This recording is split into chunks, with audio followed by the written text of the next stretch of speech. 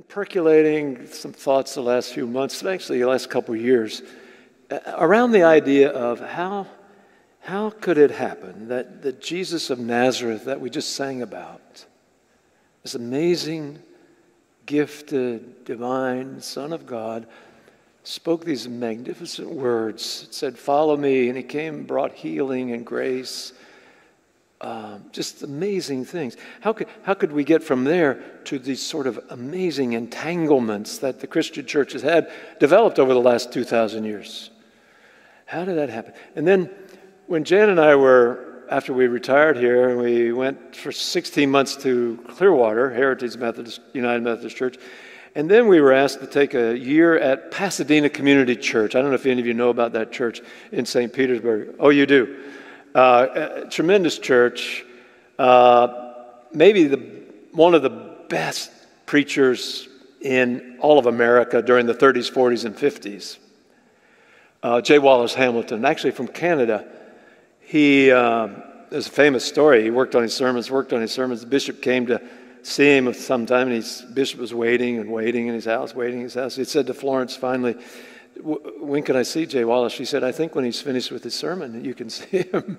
He just was powerful. In fact, back in the day, from October through April, so many Northerners were down in that part of the world. They had a drive-in church, thousands of people. They finally built a sanctuary that seated about 1,700. And you had to have a ticket to get in because they didn't want the Northerners to supplant the regular members. Some people still had their ticket that they had. Anyway, great sermons, amazing guy, 9 books of sermons that I have in my library. They had a bunch of, a lot of his sermons printed that went for a scholarship fund for students. So right before I left, I stole every one of them when I could get my hands on. No, I just gathered up some. They had gobs of them, and reading through them occasionally, came across this one that struck it for me. October 31st, 1954. It was called Untangling Christ. And I thought, that's it. That's what I've been looking. He took it a little bit different, but some of the same issues back in the 50s are same here today. It was just clarifying. So my title is similar. It's Untangling Christ from Christianity. And some of you remember back when we retired in 2016, I think Bob the statue wasn't quite ready out front, and several of you put together a nice gift for us, and so they had this available when we retired, and it's in Jan and my home now. Can you see it back there? It's a statue of Jesus, and the fishers of men and women. And so I want to begin, though, with a couple funny stories. I got 2 today because you're so good at laughing at these things, okay? How's that for a prep? They're sort of a rudimentary way of showing the entanglement that comes. And this one is familiar to you, but it's still funny. It's about Mildred, the church gossip, self-appointed monitor of all the church's morals, kept sticking her nose in other people's business. Several members, nobody liked it, but everybody was too afraid to say anything, so they kept silent. But she made a mistake, however, when she accused George, who was a brand new member, of being an alcoholic after she saw his pickup truck parked in front of the town's only bar one afternoon. She came at George in front of a lot of people, and she said that everyone hearing it told George that everyone seeing your pickup truck there would know exactly what you're doing there. George didn't say anything. He looked at her, got silent, turned around, walked off. Didn't defend, didn't deny, said nothing. Later that evening, George quietly parked his pickup truck in front of Mildred's house and walked home and left it there all night. I miss you guys. You're so good. And so the deal is, what Mildred was doing, and I don't mean to pick on Mildred, but she represents a whole segment of the church that can't help but their self-righteousness. And so that's the first entanglement. I mean, she's the moral conscience, the shoulds, the oughts. How many of us grew up with all that and did it? And none of that's in Jesus' teaching in the Sermon on the Mount, is it? It's just not there. But somehow we've just gotten to this place. So then the second one is a story you've heard before probably, but this Texan, one Sunday morning, an old cowboy entered a church just before church services were to begin. He had all old clothes. They were all clean, but there was an old shirt and old jeans, cowboy boots, and his hat in his hand. And when he came into this upscale church in Texas, he sat down and people moved away from him. Nobody greeted him. People looked at him with askance. As he was leaving the church, the pastor approached him and asked the cowboy, "Hey, would you do me a favor? Before you come back here again, have a talk with God and ask God what God thinks would be appropriate attire for worship in the church." The cowboy assured the preacher he'd do that. Next Sunday, he showed back up at the service. Same outfit. Amen. Amen. Same outfit, same clothes, same reaction. People moved away from him, etc. The preacher went up to the cowboy and said, "Hey, I thought I asked you to speak to God before you came back to our church." "I did," he replied. "If you spoke to God, what did he tell you about the proper attire should be for worshiping here?" "Well, sir," the cowboy said, "God told me that he didn't have a clue what I should wear. He said I'd never been in that church."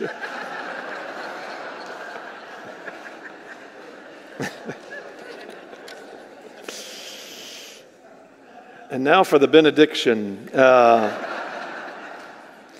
So there's another, I don't know what you call that entanglement. Probably being in the right church, knowing who you know,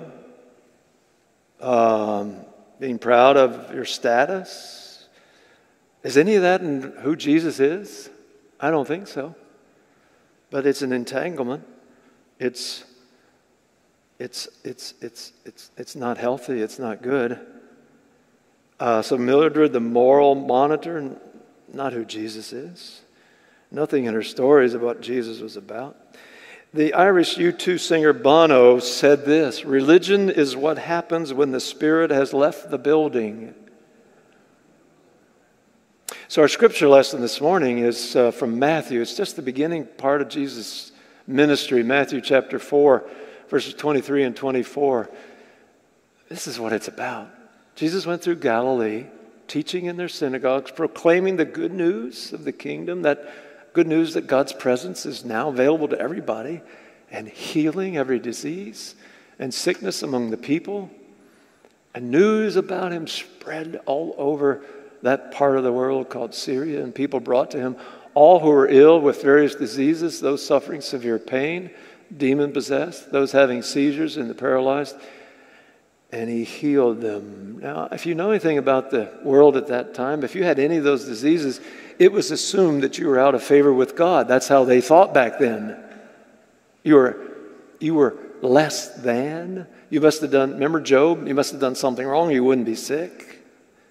And so you were marginalized. And here's Jesus, the first people he goes to is to welcome them, to bring them in. That's who he was about. And then you follow that verse, those verses, with the Sermon on the Mount, the sort of essence, the quintessential teaching of who Jesus is about, what he wants us to know. And so Matthew 5, 6, and 7, if you read through that, I wish you'd do it when you get home. 40 action verbs. 40 action verbs. Shine, go, give, pray, follow. Anybody who does these things that I'm saying is like somebody who builds their house on a rock. Listen, friends, there's not one word in there about believing certain things or believing a certain way or any doctrine or any dogma. It's follow me. Here's the plan. Here's what I want you to be about. Jump ahead 300 years to 325 when the Nicene Creed was created, or another 100 years when the Apostles' Creed was created. The only thing you see are believe, a set of doctrines. Nothing about action. None of what Jesus was talking about. Now, I get it. I mean, I've studied theology all my life, almost. And there's a purpose for that. There's a reason for getting clarity about some things. But what's happened is the balance of scales has way shifted away from who Jesus was and what he was teaching and how to live and behave to what you ought to believe. And it's become a tool to divide and overpower people and control people, who to excommunicate, who to burn at the stake, who to try for heresy. It's a tangled mess if we're not careful. Even good people trying to follow and make sense of things, just like you and I, if we're not careful, because we're fallible people, that's what's going to happen. As Jesus walked the paths of Galilee, he offered people a new way of life. He didn't set up a set of doctrines to believe, not 1, 2, 3 points of doctrine. He said, follow me. Love your neighbor. Do this. Do this. Kathleen Norris she wrote a book, Craig and Andrea, called Dakota. She lived in Dakota. She went to the cloister up there. Fascinating about that beautiful part of the world where you love so much. And a more recent book is called Amazing Grace.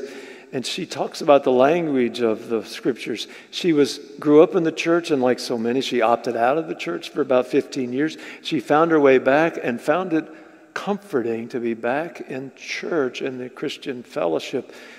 And she speaks a lot, and she was speaking one time, and one person raised their hand, and this is what the person said: I don't mean to be offensive, but I just don't understand how you can get so much comfort from a religion whose language does so much harm.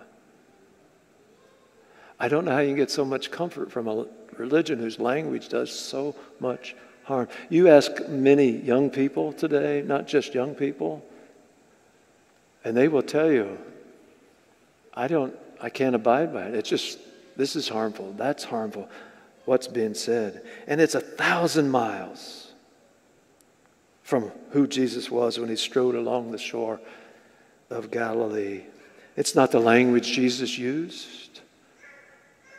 His was welcoming. His was kindness. It's not true. It's not just Christianity. It's any good idea that starts out small, and pretty soon something else is taken over, like powerful. Like that's what happens with a good idea. Somebody in the last service, I said, "What do you do?" They said, "I'm at UF. I'm in artificial intelligence." Well, that sounded like a good idea at the time, didn't it? It's scaring everybody to death now. Same with Mother's Day. As wonderful as this is, Ann Jarvis, years ago, said we ought to have a day dedicated for mothers. Send her a note. Go visit. Take flowers. 7 years later, she was appalled at how it's been so amazingly commercialized. She did everything in her power to undo what she started, because it started as a good idea, and then it got entangled. This year, I just read yesterday, this year Americans will spend close to $36 billion on Mother's Day stuff. Wow. That's all good. But something happened to Christianity somewhere, somehow. The original idea, the ways of Jesus got lost, got all tangled up. Then there's the entanglement of divisions. Divisiveness. There's the Roman Catholic Church. There's the Eastern Orthodox Church. They couldn't live together. They split. And then there's the Russian Orthodox Church. There's the Ukrainian Orthodox Church. There's the Ethiopian Church. That's not to say anything about Protestants. And then Protestants exploded with now a gazillion number of Protestants. And the division, people outside the church think, what's wrong with you people? How did that happen? Here's the deal. Most divisions are over very tiny things. Tiny verses, tiny interpretations, secondary, tertiary, irrelevant. The current split in the United Methodist Church, in my view, other people's views, is over 2 isolated verses, one in Romans, one in 1 Corinthians, about human sexuality and orientation. We've lost the whole gamut of what Jesus was talking about in Matthew, and Mark, and Luke, and John. David Lloyd George was former Prime Minister of England, and before Churchill, before Chamberlain. He was once driving a car in Wales with a friend, and he said to the friend, "My church is divided with a fierce dispute. One faction says baptism is in the name of the Father. The other says it's into the name of the Father. I belong to one of those factions. I feel very strongly about it. In fact, sir, I would die for it. But for the life of me, I can't remember just now which faction it is I belong to." Such silliness. We have whole denominations. There's one denomination that has less than 200 members in the whole denomination, and they can't agree on anything. All claiming Christ as the originator of their ideas while smothering Christ and his essential message in entanglements that would drive you crazy. Again, it's good people who love the church, love Christianity, love Christ, but we don't realize we get our hands messy in the entanglements just because of who we are. Who we are. Entanglements. Transubstantiation, do you know what that is about communion? You know it's different than consubstantiation? Do you care? Consecration, symbol, it's all around communion, and denominations have split over this. I suppose there's some importance to it. I mean, like I say, I give my life to it, but the New Testament, there's nothing in there about infallibility of a leader, ex cathedra, celibacy of clergy. Thank God it's not in there. Right, honey? Okay. Or rigid dogma. Actually, Eastern Orthodox clergy are required to be married. Roman Catholics, you can't be married. All kinds. A lot of this goes back to Constantine, I guess, sort of a good thing when he made Christianity the religion of the empire, but that brought on a host of problems of cathedrals and power, and all that came with popes, some who were in Rome, some who were in exile, and Inquisition, 30 Years' War, when Protestants and Catholics were killing each other. It's true, Christians killed more Christians than the Romans ever did in the persecutions. Nazis used the name of Christ on their behalf. Putin, side by side with the patriarch of the Russian Orthodox Church, to help support this atrocity he's doing. The January 6th insurrection, people rushed the Capitol. There were American flags. There was a flag of Jesus Saves. There's a flag, Jesus 2020. It gave me chills to see this. Cortez came to Mexico. Columbus came to America. I'm glad he did. But he came with a Bible in one hand and a sword in the other. And it got all mixed up and confused. Essentially said, we're going to make you believe whether you like it or not. The most powerful name in all of human history, Jesus Christ, has been used to sponsor almost everything that Christ was against. Slavery, fascism, nationalism, inquisitions. There's a phrase that's now white Christian nationalism. Let me just say that's a double oxymoron. Let me just say, because I'm not going to preach again for a while, let me just say, white Christian. Think about that. When you think about the world and all the different colors around the world, all the different races, all the people from different parts of the world who believe in Jesus, and for the minority of the world, white people, to say white Christian, and then to say white Christian nationalism, when you've got 200 countries or more. You go to Israel today, I see Steve and Catherine are taking a trip, you'll see Christians from all around the world. And one of the beauties and the power of Christianity is its universalism, its appeal to all people. So for any nation, this nation or any other nation, to talk about Christian nationalism is an bad idea. Jesus came to preach good news and healing. You can picture it. Jesus, those rolling hills of Galilee, almond trees, fig trees, and he sees this couple of guys and a few more, and he starts talking, and they bring somebody for healing. And then he sits down on that plain, that hillside, and says, "Blessed are the poor, blessed are the meek, blessed are those who mourn." And the crowds just throng, because how did we lose that?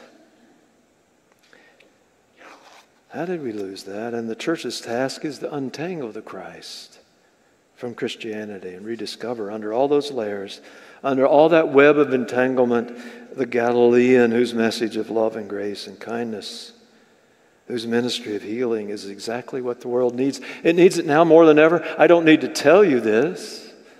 It's clear as day. America's in a crisis, a mental health crisis. We know about opioids. We know about drug addictions. Depression is huge. The U.S. Surgeon General just wrote an article recently. Vivek Murthy is his name. And the article was about our epidemic of loneliness, disconnectedness, isolation, and its impact on anxiety and depression, heart disease. He says this: at any moment, about 1 out of every 2 Americans is experiencing measurable levels of loneliness. Sounds a lot like the world Jesus walked into 2,000 years ago, preaching good news, healing their diseases, welcoming people, calling people to follow him. And they found community and they found connection. They skipped out of their isolation into a deep relationship. Our task, your task, you do it so well mostly.